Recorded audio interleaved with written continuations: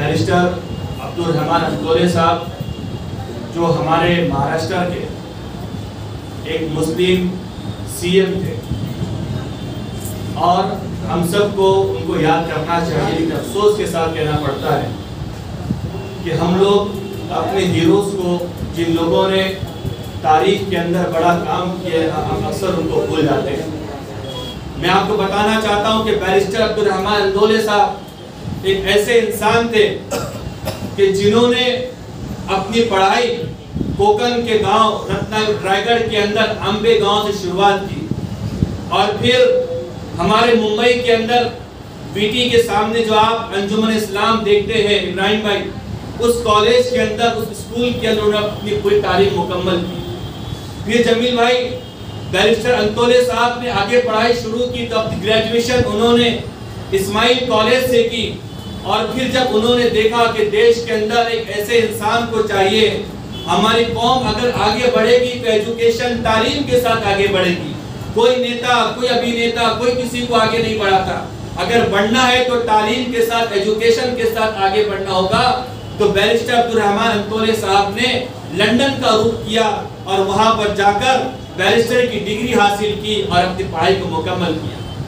मैं आपको बताना चाहता हूं जमील भाई के लंदन के पीएम थे मिस्टर चर्चिल, जब वो वहां पर भाषण दे रहे थे, मैं आपको 1950 की बात बता रहा हूं, लंदन के अंदर जब मिस्टर चर्चिल भाषण दे रहे थे तो उस अंग्रेज पीएम ने बातों बातों में कह दिया, यू ब्लडी इंडियन, कि तुम ना समझ हिंदुस्तानी ऐसे होते हो।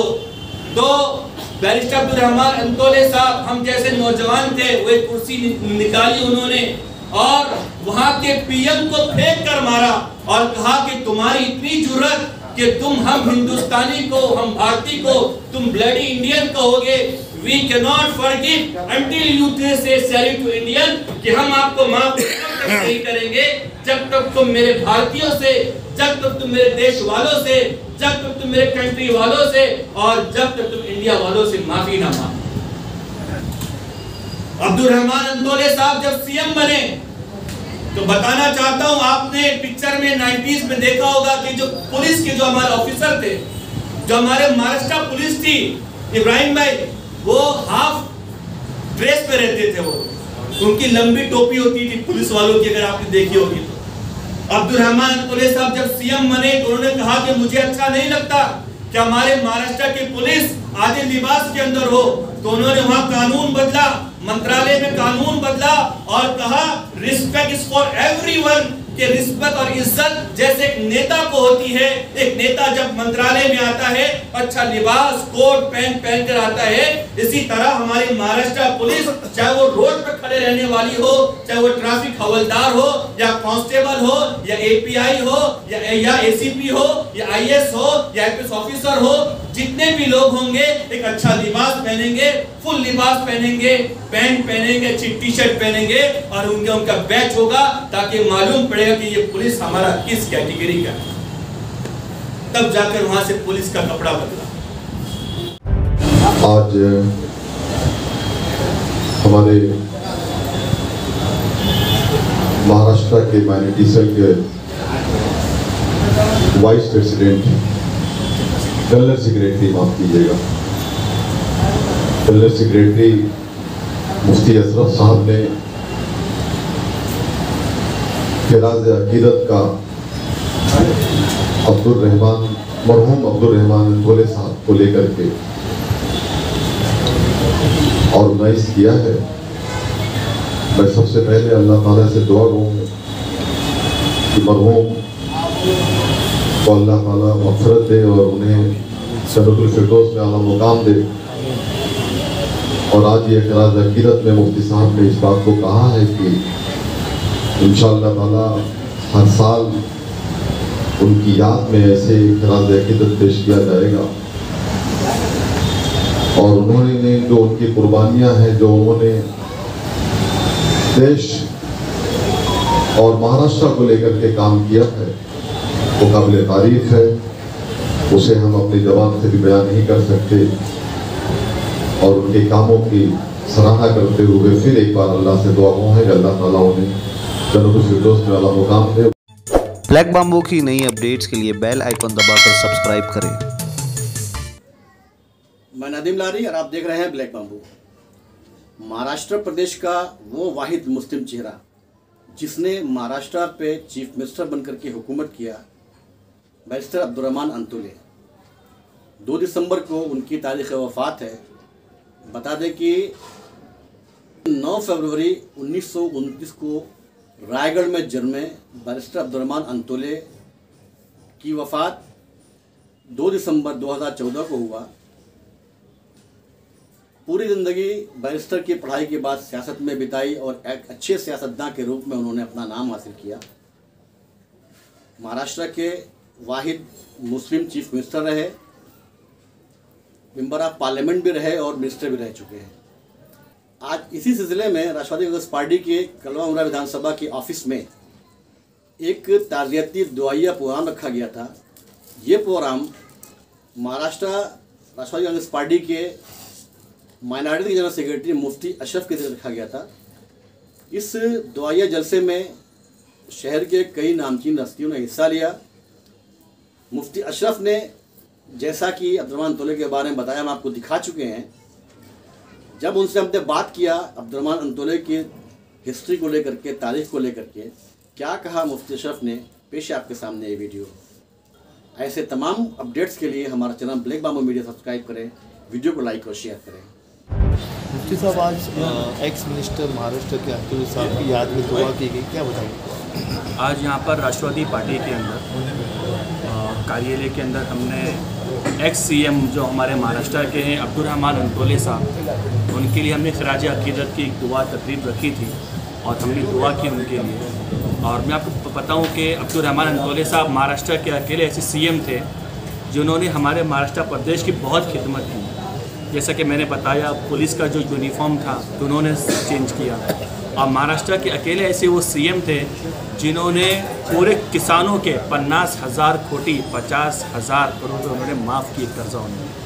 और वो ऐसे सीएम थे जिन्होंने सभी को लेकर चला। यहाँ तक कि जो हमारे शिवसेना के जो आज एमपी जो खासदार हैं संजय राउत साहब, उनसे किसी ने पूछा कि तुम्हारा कौन सीएम तुम्हें ज़्यादा आवड़तो, कि ऐसा कौन सा सीएम है जो आपको बहुत पसंद है। तो संजय राउत साहब जो खुद उनके बहुत सारे सीएम थे, उन्होंने एक सीएम का नाम लिया जिनका नाम था बैरिस्टर अब्दुर्रहमान अंतुले साहब।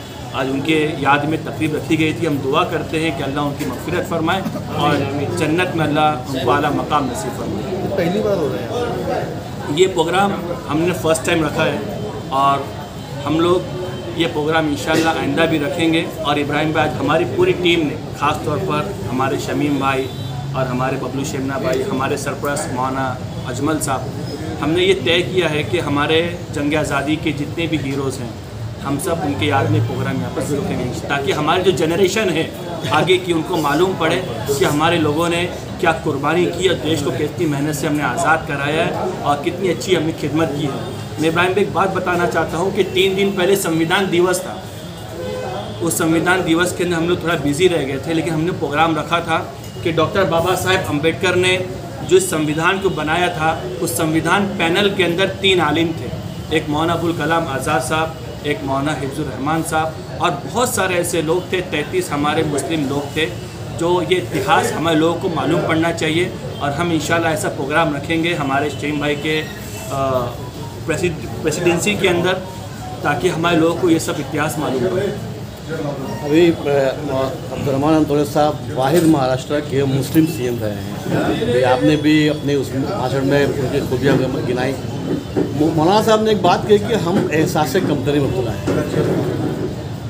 अब्दुर्रहमान अंतुले के बाद कोई भी मुस्लिम ऐसी लीडरशिप पैदा नहीं हुई जो उनके टक्कर की हो सके। वजह क्या है? एहसास कमतरी, जैसा मौलाना ने कहा, या हमारे अंदर कोई और भी कमी है जो आप बताना चाहेंगे? मैं आपको लारी साहब बहुत जिम्मेदारी के एहसास के साथ कहना चाहता हूँ, जिस इंसान के अंदर एजुकेशन तालीम की कमी होगी वो एहसास कमतरी का शिकार होगा। बैरिस्टर अब्दुर्रहमान अंतुले साहब की तालीम बहुत आला थी, जैसे हमारे रफ़ीक अजमल साहब ने कहा, उनकी तालीम बहुत आला थी। लंदन से उन्होंने बैरिस्ट्री की पढ़ाई उन्होंने हासिल की थी। और हम ये कहना चाहते हैं कि हमारा जनरेशन जब एजुकेशन को हासिल करेगा तो ये एहसास कमतरी जो उनकी फीलिंग है ये वो कम होगी और हमारे लोग इंशाल्लाह आगे बढ़ेंगे और फिर से हम देखेंगे कि हमारे महाराष्ट्र को अच्छा एक सीएम बनेगा जो तमाम लोगों को साथ में लेकर चलेगा। आप पार्टी के माइनॉरिटी जनरल सेक्रेटरी हैं, आपको एक मौका मिला है मुस्लिम कौम के लिए तालीम में आगे जाने के लिए, आपका क्या रोल है? सबसे पहले मैं शुक्रिया अदा करता हूं कि मुझे पार्टी के बड़ों ने, सरपरस्त ने मुझे इस लायक समझा कि मुझे इतनी बड़ी जिम्मेदारी दी। मैं सबसे पहले दारी साहब बताना चाहता हूं कि इस देश महाराष्ट्र के अंदर जब 100 लोग ग्रेजुएट होते हैं उसके अंदर सिर्फ 5 से 6 लोग हमारी कमेटी के लोग होते हैं। हालांकि हमारी जो पॉपुलेशन है वो 12 से 13% के आसपास है।